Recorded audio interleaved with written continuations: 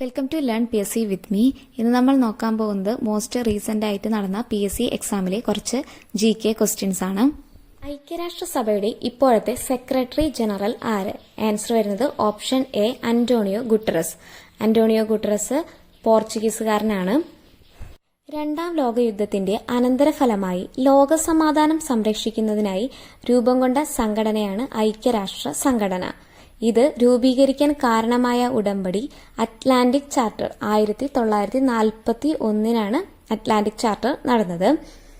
1945 October 24 UNO സ്ഥാപിക്കപ്പെട്ടു.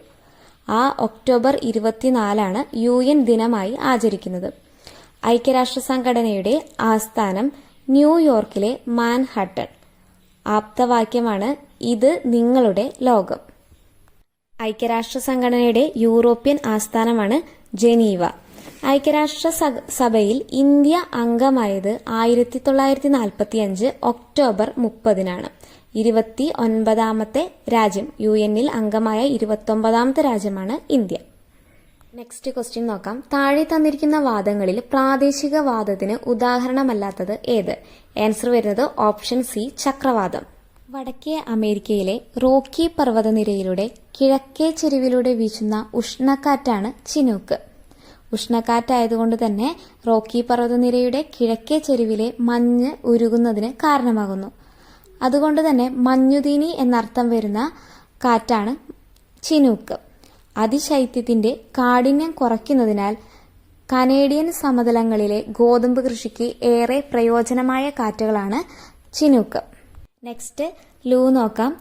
ഉത്തരേന്ത്യൻ സമതലങ്ങളിൽ വീശുന്ന ഉഷ്ണക്കാറ്റാണ് ലൂ. ലൂ ഉഷ്ണക്കാറ്റ് രൂപം കൊള്ളുന്നത് എവിടെയാണ്? രാജസ്ഥാനിലാണ്. ആഫ്രിക്കയുടെ സഹാറ മരുഭൂമിയിൽ നിന്ന് പടിഞ്ഞാറൻ ആഫ്രിക്കയിലേക്ക് വീശുന്ന പ്രാദേശികവാദമാണ് ഹർമാറ്റൺ. ഡോക്ടർ എന്നറിയപ്പെടുന്ന പ്രാദേശികവാദമാണ് ഹർമാറ്റൺ. നെക്സ്റ്റ് മാംഗോ ഷവർ നോക്കാം.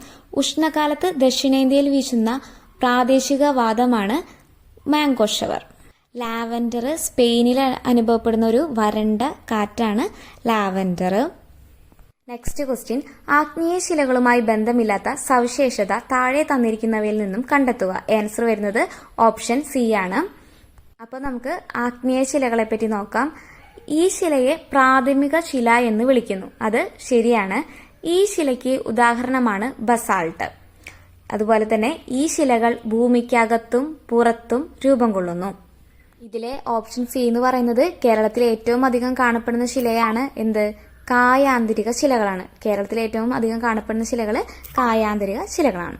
കായാന്തര ശിലകൾക്ക് ഉദാഹരണമാണ് മാർബിളും സ്ലേറ്റും.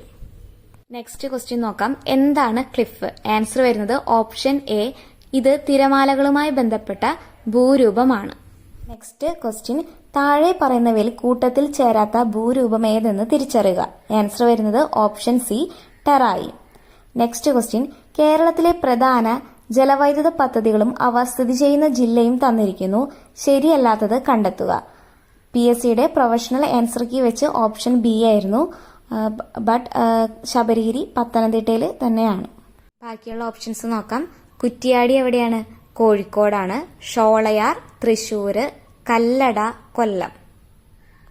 കേരളത്തിലെ ഏറ്റവും കൂടുതൽ ജലവൈദ്യുത പദ്ധതികളുള്ള ജില്ല ഇടുക്കിയാണ്. ഏറ്റവും കൂടുതൽ ജലവൈദ്യുത പദ്ധതികളുള്ള നദി ചോദിക്കുകയാണെങ്കിൽ പെരിയാറാണ്. ആദ്യത്തെ ജലവൈദ്യുത പദ്ധതി പള്ളിവാസൽ 1940 മുതിരപ്പുഴയിലാണ്. എപ്പോഴും ചോദിക്കാറുള്ള ഒരു ക്വസ്റ്റ്യൻ ആണത്. കേരളത്തിലെ രണ്ടാമത്തെ ജലവൈദ്യുത പദ്ധതിയാണ് ചെങ്കുളം 1954. ആ വർഷവും ചോദിക്കാറുണ്ട്. ഇടുക്കി ജലവൈദ്യുത പദ്ധതിയാണ് ഏറ്റവും വലിയ ജലവൈദ്യുത പദ്ധതി. ഇടുക്കി ജലവൈദ്യുത പദ്ധതിയുടെ ഉൽപാദന ശേഷി 780 മെഗാവാട്ടാണ്. ഇടുക്കി ജലവൈദ്യുത പദ്ധതി നിലവിൽ വന്നത് 1975 ഒക്ടോബർ 4. Next question. സമീപകാലത്ത് ഇന്ത്യൻ കരസേന വിജയ് ദുർഗ് എന്ന് പേര് മാറ്റിയ ഫോർട്ട് വില്യം എവിടെയാണ്? ആൻസർ വരുന്നത് ഓപ്ഷൻ ബി കൊൽക്കത്ത. ഇത് കറണ്ട് അഫയർ ഭാഗത്തു നിന്നും വന്നതാണ്. Next question. ചുവടെ തന്നിട്ടുള്ളവയിൽ നിന്നും നീതി ആയോഗിന്റെ ലക്ഷ്യങ്ങളിൽ ഉൾപ്പെടുന്ന പ്രസ്താവനകൾ ഏതെല്ലാം? എല്ലാ ഓപ്ഷൻസും ഒന്ന് വായിച്ചു നോക്കാം. വ്യവസായ സേവന മേഖലകളിൽ സർക്കാർ പങ്കാളിത്തം കൂട്ടുക. അത് തെറ്റായ പ്രസ്താവനയാണ്. അടുത്ത പ്രസ്താവന നോക്കാം. ആധുനിക സാങ്കേതിക വിദ്യയുടെ സഹായത്തോടെ നഗരങ്ങളെ സുരക്ഷിത ആവാസ കേന്ദ്രങ്ങളാക്കി മാറ്റുക. ആ പ്രസ്താവന ശരിയാണ്. നെക്സ്റ്റ് നോക്കാം. പ്രബല മധ്യവർഗത്തെ സുസ്ഥിര സാമ്പത്തിക വളർച്ച നേടാൻ പ്രയോജനപ്പെടുത്തുക. അത് ശരിയാണ്. അപ്പോൾ ആൻസർ വരുന്നത് ഓപ്ഷൻ ഡി 2ഉം 3ഉം. നെക്സ്റ്റ് ക്വസ്റ്റ്യൻ നോക്കാം. ചുവടെ തന്നിട്ടുള്ളവയിൽ ഉൽപാദക ഘടകമായ മൂലധനത്തിന്റെ സവിശേഷതകളിൽ ഉൾപ്പെടുന്ന പ്രസ്താവനകൾ ഏതെല്ലാം? ഒന്നാമത്തെ പ്രസ്താവന, മൂലധനം മറ്റെല്ലാ ഉൽപാദക ഘടകങ്ങളെയും സഹായിക്കുന്നു. അത് ശരിയാണ്. മൂലധനം തൊഴിലാളികളുടെ ഉൽപ്പന്ന നിർമ്മാണത്തിനുള്ള ശേഷി വർദ്ധിപ്പിക്കുന്നു. അതും ശരിയാണ്. മൂന്നാമത്തെ പ്രസ്താവന തെറ്റാണ്. മൂലധനത്തിലുള്ള പ്രതിഫലമാണ് ലാഭം എന്ന് പറയുന്നത് തെറ്റാണ്. മൂലധനത്തിന്റെ പ്രതിഫലം പലിശയാണ്. ആൻസർ വരുന്നത് ഓപ്ഷൻ ബി 1 and 2. ഉൽപാദനത്തിന് സഹായിക്കുന്ന പ്രധാനപ്പെട്ട 4 ഘടകങ്ങളാണുള്ളത്. ഭൂമി, തൊഴിൽ, മൂലധനം, സംഘാടനം. ഭൂമിക്ക് കിട്ടുന്ന പ്രതിഫലമാണ് പാട്ടം. അതുപോലെ തൊഴിലാളികൾക്ക് അധ്വാനശേഷിക്ക് ലഭിക്കുന്നതാണ് കൂലി അല്ലെങ്കിൽ വേതനം. മൂലധനത്തിന് ലഭിക്കുന്നത് പലിശ. സംഘാടനത്തിന് ലഭിക്കുന്ന പ്രതിഫലമാണ് ലാഭം. നെക്സ്റ്റ് ക്വസ്റ്റ്യൻ, ചുവടെ തന്നിട്ടുള്ളവരിൽ ഇന്ത്യയുടെ ധനകാര്യ വകുപ്പ് മന്ത്രിയായിട്ടുള്ളവർ ആരെല്ലാം? നിർമ്മല സീതാരാമൻ, മൊറാർജി ദേശായി, ചരൺ സിംഗ്. ആൻസർ വരുന്നത് ഓപ്ഷൻ ബി ഇവ 3ഉം. വീഡിയോ ഇഷ്ടപ്പെട്ടിട്ടുണ്ടെങ്കിൽ ലൈക്ക് ചെയ്യുക, ഷെയർ ചെയ്യുക, സബ്സ്ക്രൈബ് ചെയ്യുക. താങ്ക്